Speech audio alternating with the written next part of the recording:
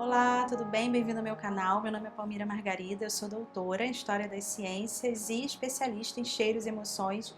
E hoje eu vou falar sobre um assunto que pode parecer de primeiramente que não tem nada a ver com sexo ou pornografia, mas que você está aqui no meu canal já sabe que faz parte sim do mundo dos cheiros e das emoções. Pornografia para mulheres. Mulher vê pornografia desde quando? Bom, isso é um assunto grande, polêmico, como tudo que envolve sexo. E sim, as mulheres sempre viram pornografia. A pornografia de hoje, atual, né, contemporânea, ela é uma pornografia muito voltada aos homens, na verdade uma pornografia muito patriarcal, né, muito machista, em que as mulheres elas não conseguem se ver em prazer ali. Claro que muitas conseguem, vem pornografia junto, lógico, mas a pornografia para mulheres ela já foi muito diferente. Sim, a pornografia já existiu, já existia antes com as nossas ancestrais. O sexo sempre esteve na nossa vida, né? Ele só foi sendo escondido pelas instituições religiosas, pelo processo civilizador que o mundo ocidental passou, no processo de longa duração, em que o sexo foi sendo colocado como sujo e como pecado. Já falei disso em outros vídeos aqui no canal. Bom, a gente tem vários exemplos de como a pornografia feminina ela sempre existiu. Na verdade, não exatamente só a pornografia, mas o erotismo em si. As próprias bonecas de Vênus, né, que são bonecas do Neolítico e do Paleolítico, que são feitas de pedra, de argila, de pedra bem polida, existem algumas teorias de algumas vertentes na história de que, na verdade, muitas dessas bonecas ou desses símbolos eram, na verdade, consolos, eram falos para que essas mulheres pudessem se divertir, né? Então seria o ancestral dos vibradores de hoje. Mas quando a gente fala de pornografia em si, que é bem visual, né, que se trata de filme ou de figuras, sim, existiu pornografia para mulheres já no século XVIII, no século XIX, e aí eu vou trazer aqui um exemplo muito bacana de pornografia no Brasil, tá? Que foi uma pornografia muito inspirada na pornografia europeia do século XVIII e XIX, principalmente no século XIX, na Belle Époque francesa, e que foi consumida aqui no Brasil. E aí a gente tem algumas questões muito interessantes. A mulher, ela nunca pôde dizer, né, dentro desde o mundo cristão, de que ela gosta de sexo e de que ela tem tesão vendo figuras, vendo imagens, enfim. Então isso sempre foi muito escondido. Como que acontecia isso? No século XIX, por exemplo, no Rio de Janeiro, existia uma revista pornográfica que foi muito famosa, chamada Rio Nu. Na verdade, era um jornal pornográfico conhecido como Gênero Alegre. Eles não tinham ainda esse nome pornográfico, né? Esse termo pornografia. Então era utilizado alguns termos, entre eles o termo Gênero Alegre, que era utilizado tanto para falar que era um conteúdo erótico, e também poderia ser um conteúdo erótico para homos ou heteroafetivos, né? Tanto faz, não tinha essa distinção. E aí, o dado que eu trago hoje, ele é bem interessante, que ele é um dado da minha tese, que até certo ponto, né, digamos até a minha tese, o Rio Nu ele era visto, né, você pode procurar aí no Google esse nome, o Rio Nu, você vai ver algumas imagens dele. Ele era tido como pornografia para homens, né? E dentro da própria historiografia ele é visto como pornografia para homem. Não, era um jornal de pornografia para homem. Vocês estão vendo desde o século XIX, homem fazendo merda, né? Homem acabando com tudo. Só que aí, se você tiver um olhar mais atento nesse jornal, né? Que é o olhar do historiador, você tem sim muito machismo nesse jornal, você tem inclusive brincadeiras com o cheiro da vagina da mulher, da vulva. Tinha uma anedota no jornal que era cheiro de bacalhau, né? E você tinha que. O cheiro de bacalhau era o cheiro da pepeca da mulher. Então eles faziam essas brincadeiras, muito machista, mas ao mesmo tempo com muito mais delicadeza e mais cheiros, né? Os cheiros da mulher. Por exemplo, naquela época o homem não queria que a mulher tivesse cheiro de cupcake, que nem tem hoje, né? Que os caras querem uma pepeca depilada, sem pelo nenhum, como se fosse uma criança, e com muito cheiro de cupcake. Naquela época não, os caras gostavam de cheiro de mulher mesmo, eles amavam isso, e isso você vê o tempo inteiro no Rio Nu, você acha os caras descrevendo, os homens descrevendo os cheiros das pepecas, e como que eles gostavam disso. né? Inclusive pedindo para a mulher não tomar banho, porque ele queria sentir o cheiro mais forte. Então, para a gente ver como que mudou essa concepção. Mas voltando, apesar de ser um jornal vendido para homens, entre aspas, né? Quando você tem uma leitura mais sofisticada e profunda diante desse documento, você começa a perceber que os comerciais que haviam nesse jornal, né? Porque assim como toda comunicação tem muitos comerciais de produtos, de serviços, eles eram voltados para mulheres.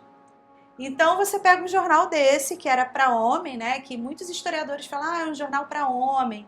Só que você começa a ler os comerciais, eles são comerciais para mulheres. Voltados para mulheres. E tem um, inclusive, que é bem engraçado, que era a venda de um remédio para calvície de homem. E aí o comercial era assim, ajude seu marido a ficar mais bonito. E aí tinha lá a imagem do remédio, o desenho do remédio, né?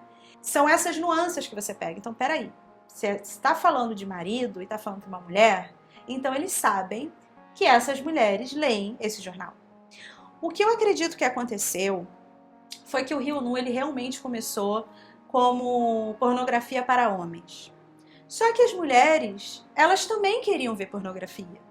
Imagina, se hoje a gente ainda é domesticada e surrupiada da nossa possibilidade de prazer, né? A mulher que é muito liberta no prazer, a mulher que transa com todo mundo e vista como puta, né? Ou simplesmente uma mulher mais liberta na cama, que o cara pode ficar assustado. Se hoje isso ainda é mal visto, você imagina naquela época.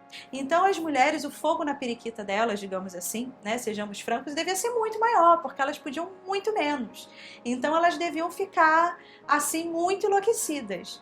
Então sim, elas utilizavam as artimanhas delas para poderem também viver a sexualidade delas. Então elas viviam a sexualidade delas e com certeza elas começaram a consumir o Rio Nu.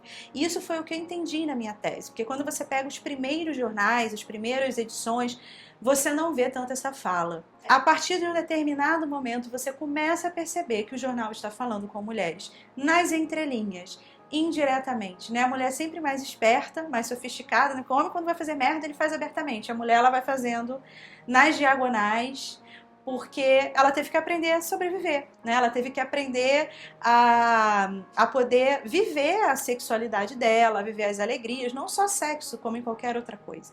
Então a mulher, dizem que a mulher ela é muito perniciosa, né? Que ela vai pelas beiradas, que ninguém vê. Bom, foi a sociedade que nos moldou assim.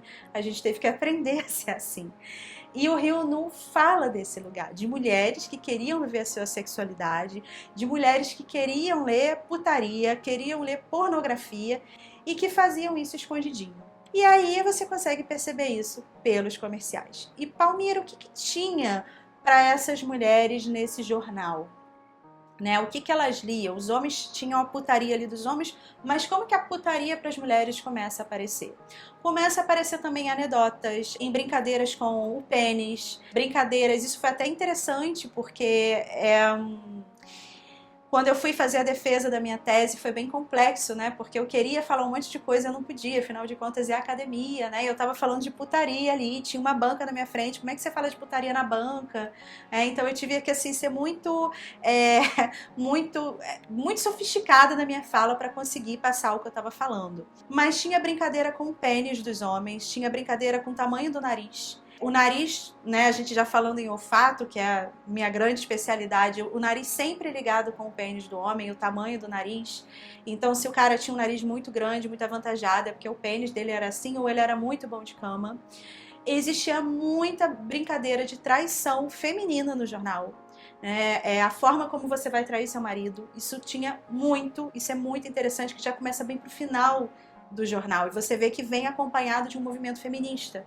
Conforme o feminismo ia crescendo, e ele tem um grande crescimento, né, no final do século XIX para o início do século XX, você vê também que essas piadas com traição começam a ficar bem mais fortes no jornal, e claro, os comerciais também. O que mais que me lembra o Rio Nu, né? O Rio Nu, ele foi retirado do ar, né? Ele foi obrigado a ser retirado do ar, ele não acabou porque Não tinha mais leitores, né? Isso é impossível quando a gente está falando de putaria, acabou porque não tem mais leitor, né? Acho que isso nunca vai acontecer. Mas ele saiu do ar justamente por causa do moralismo da sociedade na época, né? E ele foi obrigado, muito pelo movimento positivista, a ser retirado do ar. Essas mulheres que liam o Rio Nu, logicamente, né, a gente está falando de uma sociedade que era racista, né, que é racista ainda, mas naquela época ainda mais exacerbado. Então as mulheres que consumiam Rio Nu, elas eram brancas, elas provavelmente eram mulheres de classe média e de elite, porque eram mulheres que liam, ou se não liam, pelo menos as figuras elas viam, porque era um jornal, logicamente, de muita figura, de muita ilustração. Era um jornal ilustrado, né? Jornal Ilustrado Rio Nu. Porque não tinha fotografia, mas não como hoje, então tudo era muito ilustrado. As ilustrações dessa revista eram de mulheres brancas, né, de mulheres meio europeizadas, porque era o que era considerado bonito. Então você imagina uma mulher da Belle Époque, uma dama da Belle Époque com aquelas cintas, aquelas lingeries bem sofisticadas, bem afrancesadas, era isso que era bonito na época. E uma mulher mais cheinha, uma mulher mais gordinha mesmo. As mulheres não eram magras como hoje, eram mulheres bem avantajadas, com bastante quadril. Era uma francesa bem abrasileirada, né? Porque pelo que eu percebi também, brasileiro sempre gostou de bunda, porque tem umas bundas enormes no Rio Nu. Outra coisa interessante é que quando as mulheres negras são representadas, elas são representadas de uma forma bem inferior. Então, eu também vi muito racismo no Rio Nu. Não é aqui o que a gente vai falar hoje, do que a gente vai tratar, né? A gente está falando de erotismo para as mulheres, mas eu também tenho que frisar que era um erotismo e uma pornografia para mulheres brancas e estudadas, ou que não eram estudadas, mas que liam o mínimo, ou que tinham condições de ter esse material em casa. Palme, será que elas iam no jornaleiro comprar o Rio Nu? É lógico que não, né? Que elas não eram loucas. Eu não imagino uma mulher no século XIX indo no jornaleiro, vê um Rio Nu, por favor. Não, elas não faziam isso. Então, provavelmente, os maridos compravam, ou o pai, né, ou alguém, algum homem da casa, e elas surrupiavam esse jornal, né? Porque o jornal velho a gente sabe onde vai parar. Geralmente vai parar na cozinha para embalar peixe, né? Naquela época era bem isso. Então elas pegavam esse jornal e começaram a consumir. Agora a minha teoria, né, para a gente finalizar esse vídeo maravilhoso, se você quiser ler minha tese de doutorado, sugiro que você leia, tá aí no Google, é só jogar meu nome com tese, o FRJ, que você encontra, falo bastante do Rio Nu. O Rio Nu provavelmente teve escritoras mulheres que usavam nomes de homens, tá? Ah, será assim? Isso fica... É uma nuance que a gente tem que ter na leitura do documento, sabe? Que era uma mulher escrevendo ali, muitas vezes. Inclusive esses comerciais que falavam com mulheres, muito provavelmente foram escritos por mulheres, e a gente sabe que isso foi muito comum dentro de editoras, de jornais, mulheres escrevendo, se passando, assinando como homens, porque precisava ser assim, né? Infelizmente. Mas a gente vê a sofisticação da mulher para viver o erotismo dela, né? As formas de sobrevivência do erotismo da mulher. Bom, esse foi um pouquinho sobre pornografia, história da pornografia para mulheres. Eu falo muito mais sobre isso na minha escola de perfumaria, né? Eu tenho uma escola de perfumaria, de vez em quando ela abre, é um curso totalmente online. Primeira escola de perfumaria natural, 100% nacional e online. Então te convido para conhecer meu site, ficar por aqui, conhecer um pouco mais desse mundo maravilhoso que é o mundo da perfumaria, dos cheiros e do poder pessoal que a gente tem através do sexo e do nosso olfato. Então, um grande abraço e até a próxima!